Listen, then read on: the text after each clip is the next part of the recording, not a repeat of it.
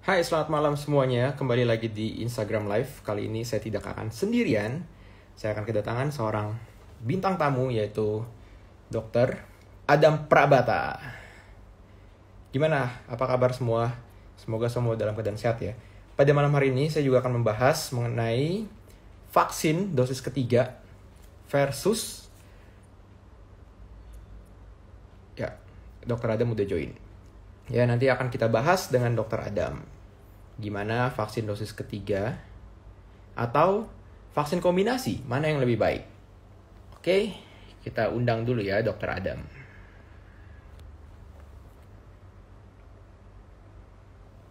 Ini adalah seorang dokter yang sedang mengambil PhD di Jepang.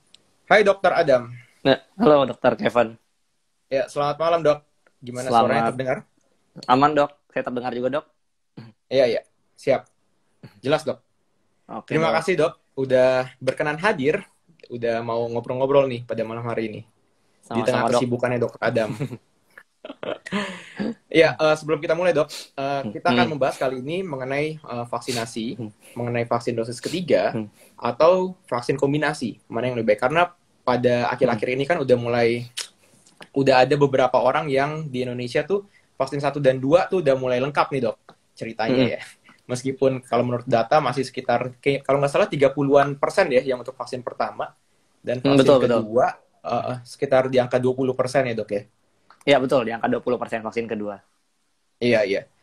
Nah, itu yang akan kita bahas. Soalnya ada beberapa kelompok masyarakat yang menanyakan, apakah vaksin dosis ketiga ini memang benar diperlukan untuk masyarakat umum, ataukah yang misalnya ibu-ibu hamil nih, yang dulunya divaksin AstraZeneca, terus jadi vaksin keduanya kan mau nggak mau sekarang berubah tuh kan, gara-gara apa? Regulasinya berubah. Dulunya kan AstraZeneca diperbolehkan oleh POGI ya Hmm. Hmm. awalnya. Nah, terus ada perubahan regulasi mengikuti Kemenkes yang menyatakan bahwa ibu-ibu hamil yang sudah divaksin itu hanya boleh 3 tuh sekarang tuh ya. Pfizer, Moderna, sama Sinovac. Novak, betul betul. Ya. Uh, jadi sebelum saya mulai, Hmm. boleh perkenalkan diri dulu dok, Dokter Adam.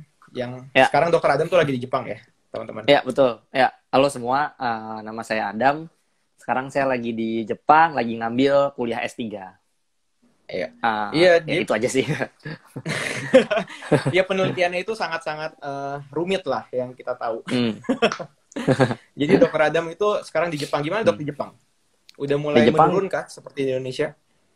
udah jauh lebih baik sih dibanding yang sebelumnya. Jadi kasusnya udah jauh lebih turun. Kan sebelumnya lumayan itu tuh, lumayan parah ya, lumayan tinggi. Apa, Ya. kita lagi gelombang keempat, sebelumnya sempat tinggi-tingginya. Sekarang sih udah Wih, jauh lebih baik sih. gila sampai keempat ya. Kalau film Iya benar. serial udah season 4. Di Indonesia baru season 2. Indonesia baru season Iya, 2 betul. iya, jangan sampai lah, jangan sampai Hmm. ada gelombang berikutnya ya. Nah, Amin. sebelum kita mulai dok, gimana eh, pandangan Dokter Adam? Apakah benar-benar ini gelombang 2 ini udah benar-benar menurun di Indonesia? Apakah nanti akan ada gelombang berikutnya? Apakah PPKM ini berhasil? Oke, jadi apakah PPKM ini berhasil ya? Kita sebenarnya nggak pernah tahu ya dok ya, maksudnya apakah memang yang tercatat itu kasusnya benar-benar merepresentasikan, melambangkan kondisi Ya, Indonesia saat ini gitu. Jadi kita nggak pernah tahu karena kan bisa jadi ada yang bergejala, ada keluhan tapi nggak cek gitu ya.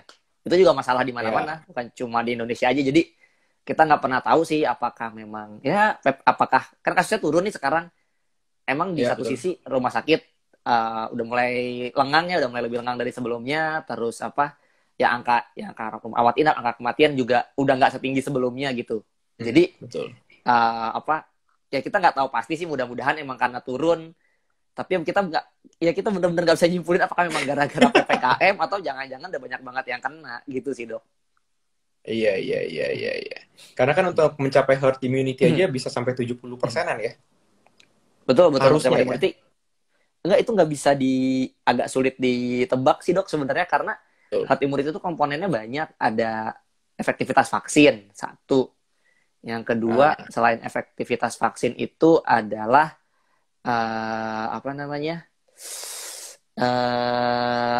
berapa berapa sih seberapa kemampuan varian yang ada sekarang. Jadi kan variannya bisa berubah tuh, kayak waktu itu dari yang dari original, yang di Tiongkok, terus Alpha, terus Delta, itu kan berubah tuh kemampuan penularannya. Jadi hitung-hitungannya akan cenderung berubah seiring waktu. Jadi vaksinnya itu bisa berubah kemampuannya karena turun seiring waktu, variannya bisa makin tinggi, itu bisa bikin berubah, Dok. Gitu sih. Iya, iya, iya. Apalagi sekarang yang lagi mulai naik lagi varian Mu tuh. Bener-bener, Dok, Iya, ya. itu Varian ya kalau kita MU ngomongin itu. varian, iya kalau ngomongin varian kayaknya nggak akan habis-habisnya dok ya. Karena nanti Bener. pasti akan ada lagi tuh yang baru-baru lagi. Bener banget, Dok. Itu kalau kita ngomongin apa varian itu nggak ada habisnya, karena bisa aja ntar ke depannya muncul lagi varian yang lain. Gitu sih, Dok. Iya, betul, betul, betul. Nah, di tangan saya udah banyak banget nih, Dok. Ada 100 pertanyaan. Nggak ada ya? Nggak. Jadi buat teman-teman yang pengen ikutan nanya, nanti bisa ada di sesi tanya-jawab ya, bisa tulis di kolom Q&A di bawah. Yang di bawah kanan tuh, yang ada tanda tanyanya. Jadi, saya akan mulai, Dok. Mengenai vaksinasi. Jadi sebetulnya, Dok, kan kita tahu nih, untuk vaksinasi itu bertugas atau ada perannya dalam menurunkan infeksi COVID-19 ya. Nah, sebetulnya yang nggak tahu di masyarakat ini vaksin itu sebetulnya apa? Oke, Kenapa jadi dia bisa berperan seperti itu? jadi vaksin itu sederhananya kita memasukkan ininya, Dok, memasukkan virus, ya. Sederhananya masukkan virusnya, bisa itu virus yang mati kayak Sinovac, Sinopharm, bisa itu juga bagian virusnya, misalnya kayak AstraZeneca, Pfizer, Moderna, itu kan kayak hanya sebagian dari virusnya aja yang akan dimunculkan dalam badan gitu. Jadi sederhananya kita memberi itu supaya sistem imun kita kenal. Nah, kan kalau kenal ibaratnya nanti dia udah punya persiapan tuh, kayak udah punya antibody. Jadi sewaktu virus benerannya masuk, akan jauh lebih siap badan kita. Sederhananya segitu sih, Dok. Tak kenal maka tak sayang ya. Betul, tak kenal maka tak sayang, Dok. Iya, iya. Nah, terus ada yang nanya juga, apa bedanya vaksinasi sama imunisasi, Dok? Oke. Kalau vaksinasi, per definisi Indonesia saya agak bingung ya, Dok ya. Iya. Jadi intinya kalau misalnya vaksinasi itu suatu kegiatan atau memasukkan virus tadi, semacam partikel yang seperti virus itu, supaya untuk tujuannya untuk menimbulkan imun kan ya? Benar. Supaya ada terjadi proses imunisasi dalam tubuh lah gitu kan? Benar. Jadi buat teman-teman sekalian ya udah nggak usah dibedakan maksudnya. Jadi kan ada yang nanya, emang kalau anak-anak kecil kan namanya itu imunisasi, terus emang apakah udah besar terus jadi berubah jadi vaksinasi? Ya, sama, makanya kayaknya sih sama aja ya. Intinya kita masukin intinya kita membuka kekebalan yang aktif sih. Jadi karena badan kita kenal sama virusnya, jadi lebih siap. Sederhananya sih gitu sih, Dok. Iya. Nah, kalau misalnya komponen vaksin itu, kenapa ada yang vaksin yang ada kipinya atau efek samping vaksin lah yang kita kenal itu, ada yang vaksin tertentu lebih banyak nih efek sampingnya, dalam tanda kutip misalnya ada sakit kepala, terus demam, tapi ada beberapa vaksin yang lain, merek lain itu kipinya atau efek sampingnya lebih ringan, Dok. Apakah itu membedakannya dari kandungan komponen vaksinnya atau dari antibodi seseorang yang terbentuk lebih banyak? Oke, nah sejauh ini kalau setahu saya itu belum ada penelitian yang membandingkan apakah efek sampingnya makin banyak itu antibodinya juga makin banyak. Setahu saya sih belum ada ya penelitian yang banding itu. Jadi kalau ada yang bilang efek sampingnya lebih besar, kemungkinan perlindungannya lebih besar, itu saya nggak tahu tuh. Saya sejauh ini belum pernah baca ada penelitian yang membandingkan antara dua situasi tersebut. Jadi sebenarnya itu tergantung dari hasil penelitiannya juga, dan kayak setiap orang tuh bakal beda-beda gitu. Kayak misalnya vaksinnya Moderna atau Pfizer yang katanya efek sampingnya lebih hebat, tapi ada juga sekelompok orang yang setelah dapat vaksin itu nggak kenapa-kenapa, biasa aja gitu.